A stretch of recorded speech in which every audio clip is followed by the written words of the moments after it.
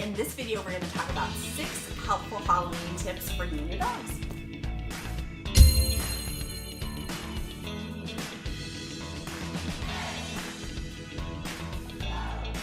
Hey, what's up? I'm Elizabeth Skorinsky, proud founder and co-owner of Doodlebug Dog Walker, the top 1% of the top 1% dog walking companies in the nation, and proud mama of 2 fur babies too.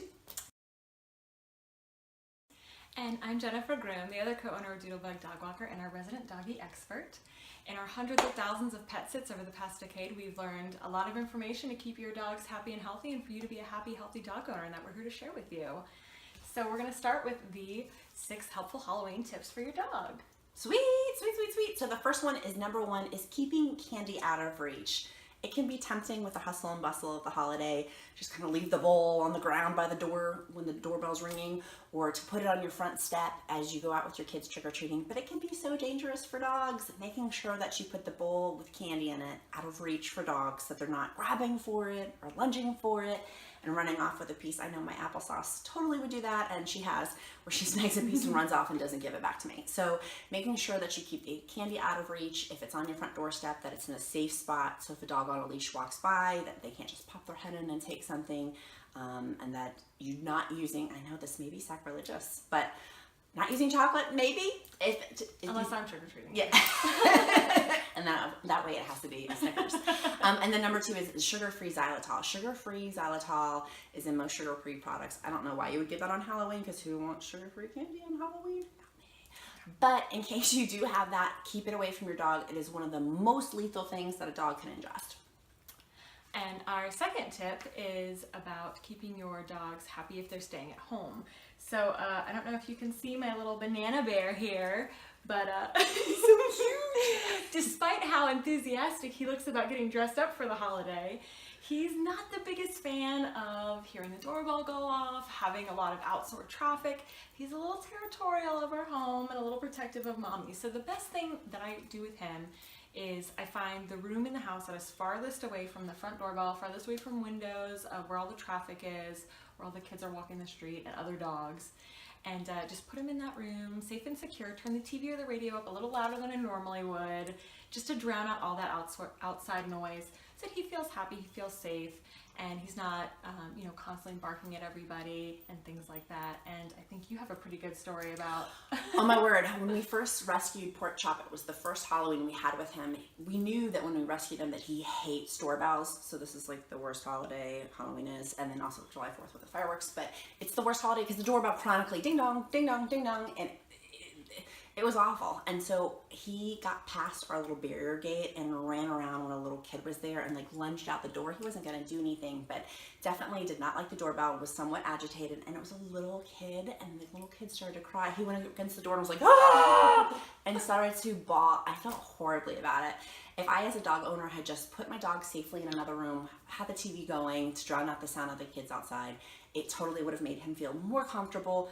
It wouldn't, that poor little child, whoever that little child is, I am so sorry in Bristow, Virginia. I feel horribly about it. It was several years back, but it's still, to this day, we make sure that he's behind closed doors just to keep him safe. We had used baby gates, and clearly he got past it with the doorbell ringing, So tip number 3 is walking out, unless was there anything that was like cutting you off?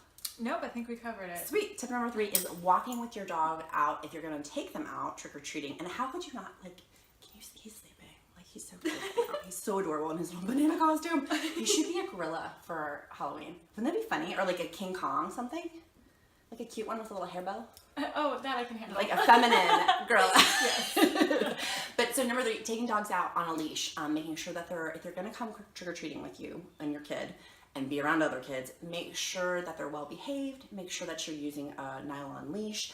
Jen, how do we feel about retractable leashes? We don't like them because you don't have control with them. It's just not a controllable leash, and if you're around that many people with the hustle and bustle of a busy holiday, making sure that you have good control, perhaps putting them in a harness because they could pop out of their collars. You don't want a dog running around the neighborhood. And also making sure you're doing the 15-foot scanning rule. Scanning, you are a robot, scanning. And making sure you're looking 15 feet ahead of you to make sure that there's not candy that's been dropped out of someone's pumpkin. And that applies for a couple weeks after the holiday. Notoriously every year in our Doodlebug Dog Walker business, a client tells us of how their dog gets into some candy that was like under leaves a few weeks after Halloween.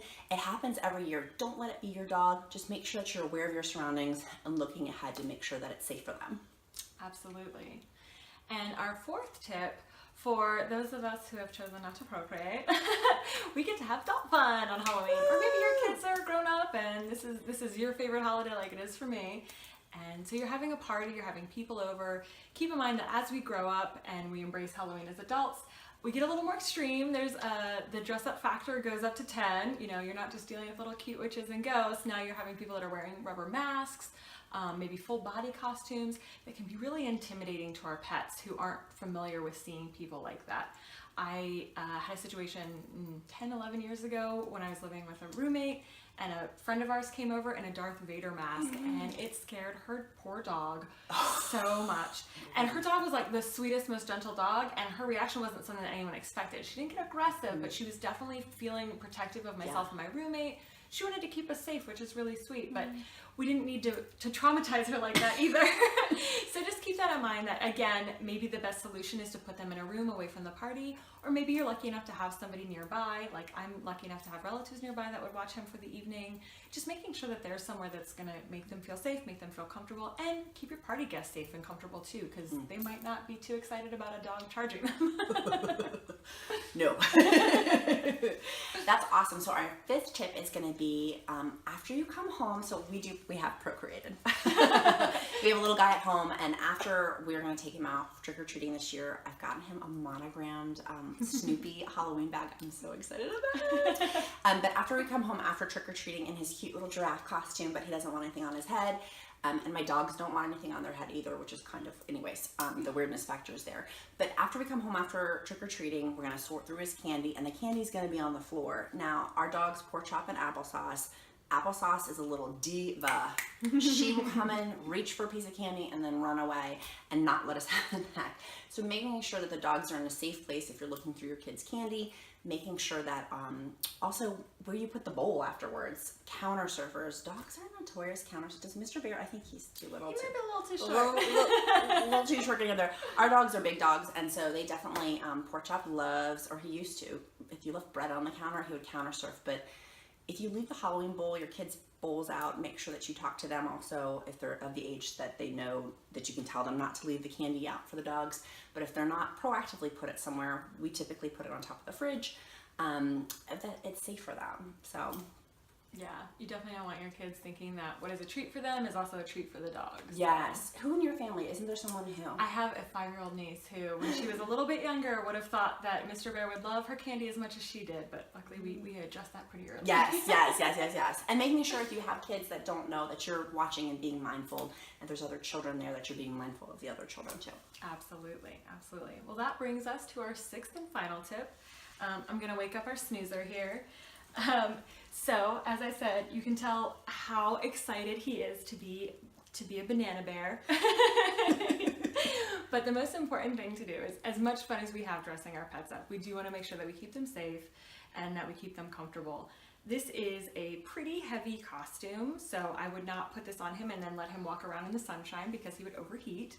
Other things that you want to keep an eye out for, make sure that they have enough room in the chest, in the belly, that they're not being pinched or squeezed anywhere where you could potentially be cutting off some circulation or even their ability to breathe comfortably. And last but not least, if you are taking them trick-or-treating, you want to make sure that they're not wearing anything that's dragging on the ground where it could potentially get stepped on, or it could catch in the foliage, or like tree branches or shrubs or anything like that. Just make sure that if you're taking them out, they're going to be comfortable. And I have to point out, can anyone see his butt? Like, look at his little, like, banana bump. He has a little stump. It's so cute. Yes, so this is my adorable bear banana. Oh my gosh, so he's happy. so cute. He's like, oh, seriously so cute.